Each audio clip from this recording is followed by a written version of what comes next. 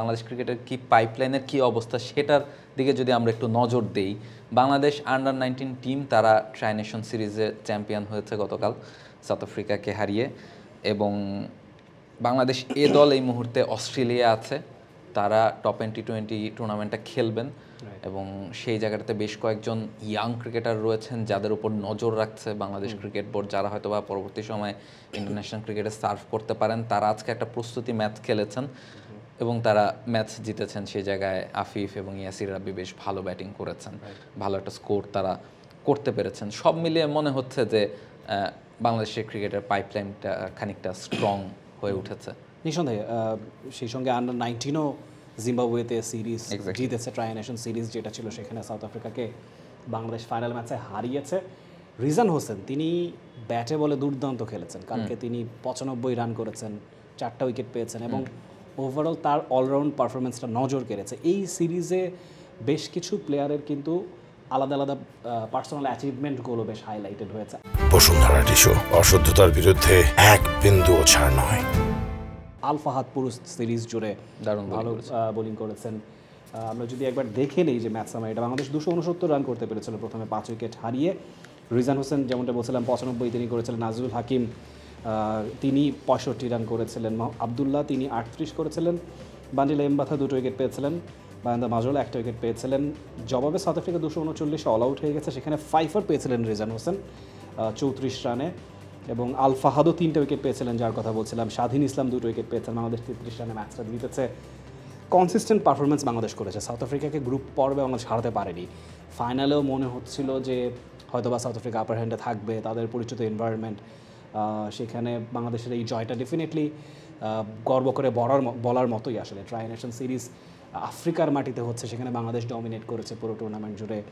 It's a huge achievement. তবে যারা এখানে হাইলাইটেড হয়েছেন, বেশ কিছু আলোচনা গুঞ্জন শোনা যাচ্ছে যে অনেককেই হয়তোবা জাতীয় দলের জন্য বিবেচনা করা হতে পারে, বিপিএলে ভালো দল পেতে পারেন। এসব আলোচনা কি খুব জরুরি এখনই? মানে আপনার কি মনে হয় না যে আরেকটু তৈরি হওয়ার সুযোগ আছে? এইচপি দল বা এ দল, সেই সব দলের দিকেই হয়তোবা তাদের নজরটা থাকা উচিত। এত হায়ার এক্সপেক্টেন্সি নিশ্চয়ই। অ্যাবসলিউটলি, এই জায়গাটাতে আসলে আমাদের স্ট্রাকচারটা খানিকটা ঘাটতি দেখা যায়। যেমন ধরেন এই যে বাংলাদেশ আন্ডার-19 টিম, যে টিমটা ওয়ার্ল্ড কাপ জিতেছে, সেই টিমের প্লেয়ারদের অনেকে বাংলাদেশ ন্যাশনাল টিমে খেলেন, সবাই প্রায় খেলেন, কিন্তু কেউ ওয়ার্ল্ড ক্রিকেটের স্টার হতে পারেননি এখনো।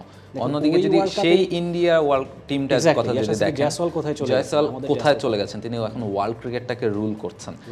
ফলে সেই ধরনের প্লেয়ার ওই মাঝের টাইমটাতে, তখন কিন্তু তানজিদ তামিম যেমন ছিলেন, জয়সওয়ালও একই রকমই ছিলেন। দুজন, তানজিদ তামিম কখনো বা পারভেজ হোসেন কখনো বেটার পারফরমেন্স করেছেন, কিন্তু এরপরে যে নার্সিংয়ের জায়গাটা, এরপরে যে তাদের একাডেমিতে নিয়ে তাদেরকে তৈরি করা, ইন্ডিভিজুয়ালি তাদেরকে নিয়ে কাজ করা, সেই জায়গাটাতেই আসলে পার্থক্যটা কিন্তু গড়ে দিয়েছে। তারা আসলে ওয়ার্ল্ড ক্লাস প্লেয়ার হয়েছে না, কিন্তু বাংলাদেশের ক্রিকেটার হয়তো সেই লেভেলটাতে এখনও পৌঁছাতে পারেননি। ফলে এই টিমেও বেশ কয়েকজন দারুণ প্লেয়ার আছেন। ক্যাপ্টেন আজিজুল হাকিম তামিমের কথা বলতেই হয়, জাওয়াদ আবরার কিংবা আলফা, তিনি দুর্দান্ত বোলিং করেছেন। আপনি রিজনের কথা বলছিলেন, তিনি পেস বোলিং অলরাউন্ডার, ব্যাটে বলে দারুণ পারফর্ম করেছেন। ফলে এই প্লেয়ারদেরকে, তাদের সামনে একটা ওয়ার্ল্ড কাপও আছে, তারা ওয়ার্ল্ড কাপ খেলবে সবচেয়ে বড় কথা যেটা। তারপর তারা এইচপিতে আসবে, সেখান থেকে তারা ন্যাশনাল সার্কিটে ডোমেস্টিক টুর্নামেন্ট খেলবে, এ দলে আসবে, বাংলাদেশ টাইগার্সে আসবে, তারপর তারা ন্যাশনাল টিমের জন্য হয়তোবা সুযোগ পাবেন কি পাবেন না, সেই কিন্তু স্ট্রাকচার তৈরি হয়েছে। আপনি যে এই ফেজগুলো বললেন, এই ফেজগুলো আগে ছিল না। আন্ডার-19 ভালো করা মাত্রই ন্যাশনাল টিমে পিক করে ফেলা হতো এবং সেটা অনেক সময় অনেক প্রেশার হয়ে যেত। দেখেন মিরাজের ক্ষেত্রে যেটা হয়েছে, মিরাজের ক্ষেত্রে হয়েছে, অনেকের ক্ষেত্রেই সেই ব্যাপারটা ঘটেছে যে আমরা আসলে, এটা একটা কমন কমপ্লেন যে আন্ডার-19 ছোটোবেলায় বাংলাদেশের ক্রিকেটাররা এত ভালো খেলে, ওয়ার্ল্ড কাপ জেতে, 2004 সালেও বাংলাদেশ প্লেটে চ্যাম্পিয়ন হয়েছিল অস্ট্রেলিয়াকে হারিয়ে। তো সেই ধারাবাহিকতা কেন ন্যাশনাল টিমে এসে থাকে না? থাকে না বিকজ স্ট্রাকচারটা নেই। ইয়াশাসবি জয়সওয়ালেরও আন্ডার-19 ওয়ার্ল্ড কাপের 4 বছর পরে গিয়ে টেস্টে ডেবিউ হয়েছে।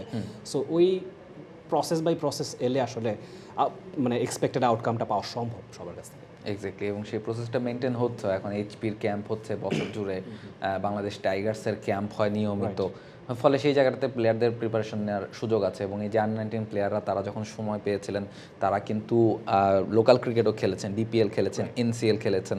ফলে এইটা তাদের জন্য একটা বড় এক্সপিরিয়েন্সের জায়গা, এই টিমে থাকতেই এই টুর্নামেন্টটা যখন খেলতে পারেন। ফলে সেই জায়গাটা থেকে তারা যখন ওই পর্যায়ে যাবেন তখন তারা নিশ্চয়ই আরও বেটার পারফরমেন্স করতে পারবেন। সাথে এ দলের কথাও আমরা বলছিলাম যে এ দলের প্লেয়াররাও কিন্তু দারুণ পারফর্ম করেছেন আজকে প্র্যাকটিস ম্যাচে, এবং তারা সেখানে ধরেন তোফায়েল, মুশফিক কিংবা আরও কয়েকজন তরুণ ক্রিকেটার আছেন যাদের প্রতি হয়তো বা নজর রাখতে পারেন। এটাই জানতে চাইতাম, আপনি তো সম্প্রতি এ দল এইচপি দলের সঙ্গে ভালো সময় কাটিয়েছেন, চট্টগ্রামে গিয়েছেন বা মিরপুরেও যে একাডেমি হয়েছে সেখানেও আপনি গিয়েছেন, অনেক কথা হয়েছে, অনেকের সঙ্গে ইন্টারভিউ নিয়েছেন। ওভারঅল আপনার কাছে কি মনে হয় যে দেশের ফিউচারটা মানে এই মুহূর্তে ক্রিকেটে ঠিক কোন পথে আছে, কতটুকু প্রতিভা আমাদের পাইপলাইনে আছে? পাইপলাইন শব্দটা খুব ক্লিশে, তারপরেও ব্যবহার করছে। Overall how satisfied are you? না দেখেন, বেশ কয়েকজন এক্সাইটিং ক্রিকেটারকে কিন্তু দেখা যাচ্ছে, এই যে এইচপির ক্যাম্প বলেন কিংবা এ দলের ক্যাম্প বলেন। এ দলের ক্ষেত্রে যদি বলা হয় যে মুশফিক এবং তোফালের দিকে নিশ্চয়ই সিলেক্টরদের সাথে কথা হচ্ছে, তারা তাদের দুজনের প্রতি বেশ ভালোভাবে তারা নজর রাখছেন। অনেকদিন তিনি ন্যাশনাল টিমে একবার ডাকও পেয়েছিলেন, তারপর ইনজুরির কারণে তাকে আবার ছিটকে যেতে হয়েছিল।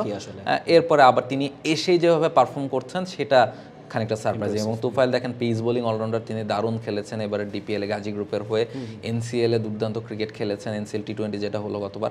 সব মিলে তিনি দারুণ একটা সিজন কাটিয়েছেন এবং এক সিজনেই তিনি প্রমাণ করে দিয়েছেন তিনি আসলে ইন্টারন্যাশনাল ক্রিকেটের জন্য হয়তো বা একটা ডাক তিনি দিতে যাচ্ছেন, ফলে সেটা একটা আছে। আবার এইচপিতে যদি আপনি ধরেন দেখেন দারুণ কয়েকজন পেস বোলার আছেন, সাকলাইন, মেহেদির, তারা রংপুর জোন থেকে বেশ কয়েকজন পেসার উঠে এসেছেন, র ট্যালেন্ট, এখনও অনেক কাজ করা বাকি। আশরাফুল রোহান নামে একজন স্পিনার আছেন, কুমিল্লার থেকে চিটাং ডিভিশনের হয়ে খেলেছেন, তাকে বলা হচ্ছে, তাদের কোচরা বলছেন যে তিনি বাংলাদেশ ক্রিকেটের নেক্সট ফিউচার হতে যাচ্ছেন। তার ব্যাটিংটা যদি খানিকটা ইমপ্রুভ করতে পারেন সেক্ষেত্রে তিনি অ্যাজ এ অলরাউন্ডার হয়তো বা ওয়ার্ল্ড ক্রিকেট রুল করতে পারবেন এমন পটেনশিয়াল তার রয়েছে।